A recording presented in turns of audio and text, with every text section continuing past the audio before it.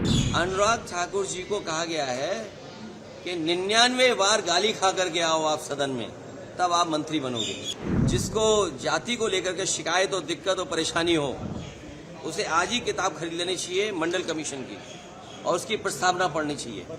और प्रस्तावना के साथ साथ हमारे संविधान की प्रस्तावना भी पढ़नी चाहिए। भारतीय जनता पार्टी के लोग घबराए हुए पीडीए की लड़ाई से, ये पीडीए से घबराए हुए हैं। अरे भाई, दिल्ली वालों ने लखनऊ वालों को गच्चा दिया और लखनऊ वालों ने दिल्ली वालों को गच्चा दिया, और उसके लिए सब सर एक दूसरे से मार रहे हैं कि आखिर गच्चा किसने किसको दिया। प्रधानमंत्री ने अनुराग ठाकुर की स्पीच को एंडोर्स किया है कल, और कहा है कि बहुत अच्छी स्पीच है।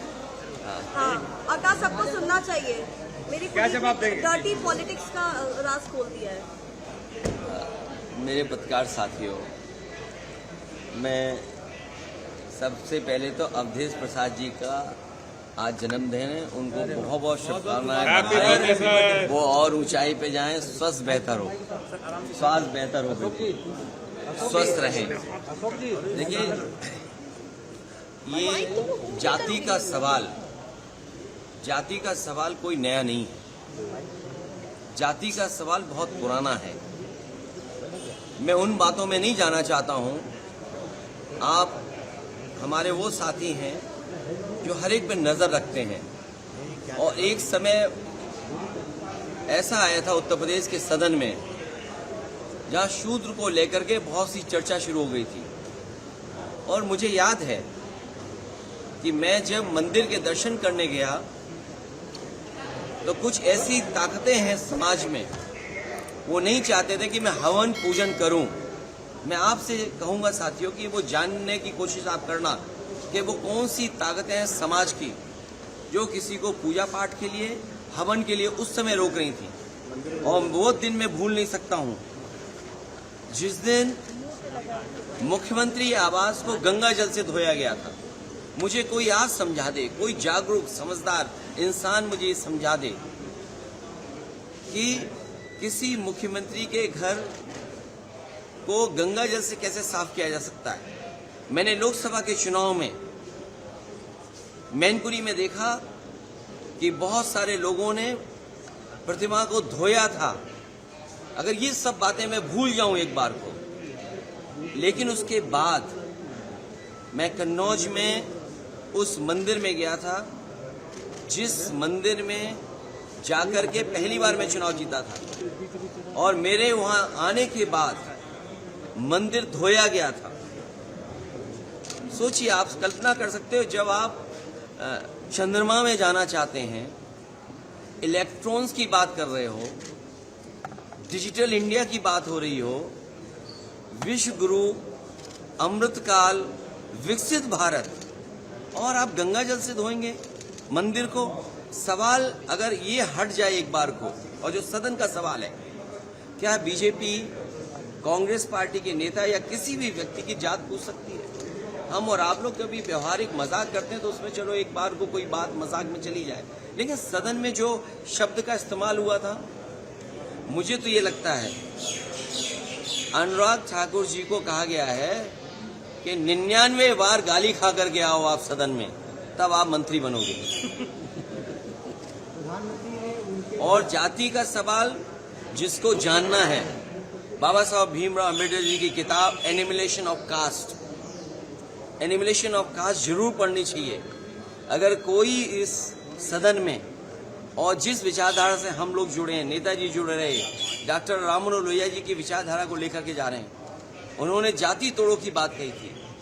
इनके पास अगर कोई व्यवस्था हो जिससे जाति तोड़ी जा सके, बीजेपी के लोग बताएं कि जाति तोड़ो आंदोलन जो डॉक्टर राम मनोहर लोहिया जी ने चलाया था और समाज में एक परिवर्तन लाने की कोशिश की थी, क्या जाति तोड़ो आंदोलन का उनके पास कोई दूसरा है विकल्प?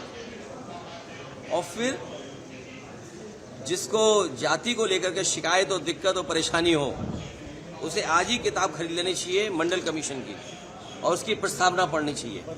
और प्रस्तावना के साथ साथ हमारे संविधान की प्रस्तावना भी पढ़नी चाहिए, जिसमें सोशलिस्ट कंट्री की बात कही है, जिसमें गैर बराबरी खत्म करने का रास्ता दिखाया गया है।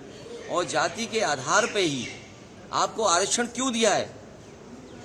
आरक्षण इसीलिए दिया कि हम जाति के आधार पर हम गरीब हैं। तो अगर ये मांग हो रही है कि जाति जनगणना हो तो कोई गलत नहीं है। हमारे बहुत सारे फैसले और बहुत सारी नीतियां तभी अच्छी बनेंगी जब जाति जनगणना हो जाए और समाज को ये पता लगे कौन कितनी आबादी का है, उसको उस हक और सम्मान के साथ उसको उसमें मिल जाए। और सबसे बड़ी बात है, भारतीय जनता पार्टी के लोग घबराए हुए पीडीए की लड़ाई से। ये पीडीए से घबराए हुए हैं क्योंकि एनडीए को अगर किसी ने पटका है तो पीडीए ने पटका है। और जो लोग कहते थे एम बाई गठबंधन, हमारे पीडीए ने एम बाई को हराने का काम किया है। इसका जवाब उनके पास नहीं है। सर, प्रधानमंत्री जो अपलोड कर रहे हैं अनुराग ठाकुर के स्टेटमेंट को, उस पर कुछ है? उनके लिए कहा है कि वो 99 बार इस तरह का कहें सदन में तब वो मंत्री बनेंगे। सर, एंटी कन्वर्जन मैं पत्रकार साथियों से हाथ जोड़ूंगा। कल भी मैंने कहा कि आप मुख्यमंत्री से क्या उम्मीद करोगे, उससे कोई और उम्मीद कर सकते हैं आप कोई उम्मीद ये कर सकते हैं कि किसानों की आय दोगुनी करेंगे? क्या उनसे उम्मीद कर सकते हैं कि आज के जमाने के हिसाब से किसान के लिए वो मंडी बनाएंगे? जितने बड़े पैमाने पर नौजवान बेरोजगार हैं, क्या उनको नौकरी देने का बात कहेंगे? अरे जिन्होंने बिजली को महंगा कर दिया हो, बिजली के कारखाने पूरे न किए हो, उत्तर प्रदेश को बर्बाद कर दिया हो, और उनसे क्या उम्मीद करोगे? क्योंकि वो ध्यान हटाना चाहते हैं। कभी तख्ती लगवाते फिर रहे हैं, कभी फिर वो ऐसे कानून ला रहे हैं। अरे छुआछूत के खिलाफ भी कोई काम करेंगे। और फिर सरकार, ये जानते हैं आप, अगर इंटरकास्ट शादी करते हैं तो आपको मदद करती है सरकार। आप इंटर रिलीजन करते हैं तो यूपी की सरकार मदद करती थी। तो इसी सरकार से पूछो कि पिछले 6 साल से जो पॉलिसी बनी हुई थी कि इंटर कास्ट इंटर रिलीजन शादी में सरकार मदद करेगी, तो ये बताएं कि सरकार मदद करेगी कि वो भी खत्म कर दिया कानून? ये केवल योगी आदित्यनाथ जी ने कहा कि आप चर्चा को गच्छा दे दिया। अरे भाई, दिल्ली वालों ने लखनऊ वालों को गच्छा दिया और लखनऊ वालों ने दिल्ली वालों को गच्छा दिया, और उसके लिए सब सर एक दूसरे से मार रहे हैं कि आखिर गच्छा किसने किसको दिया।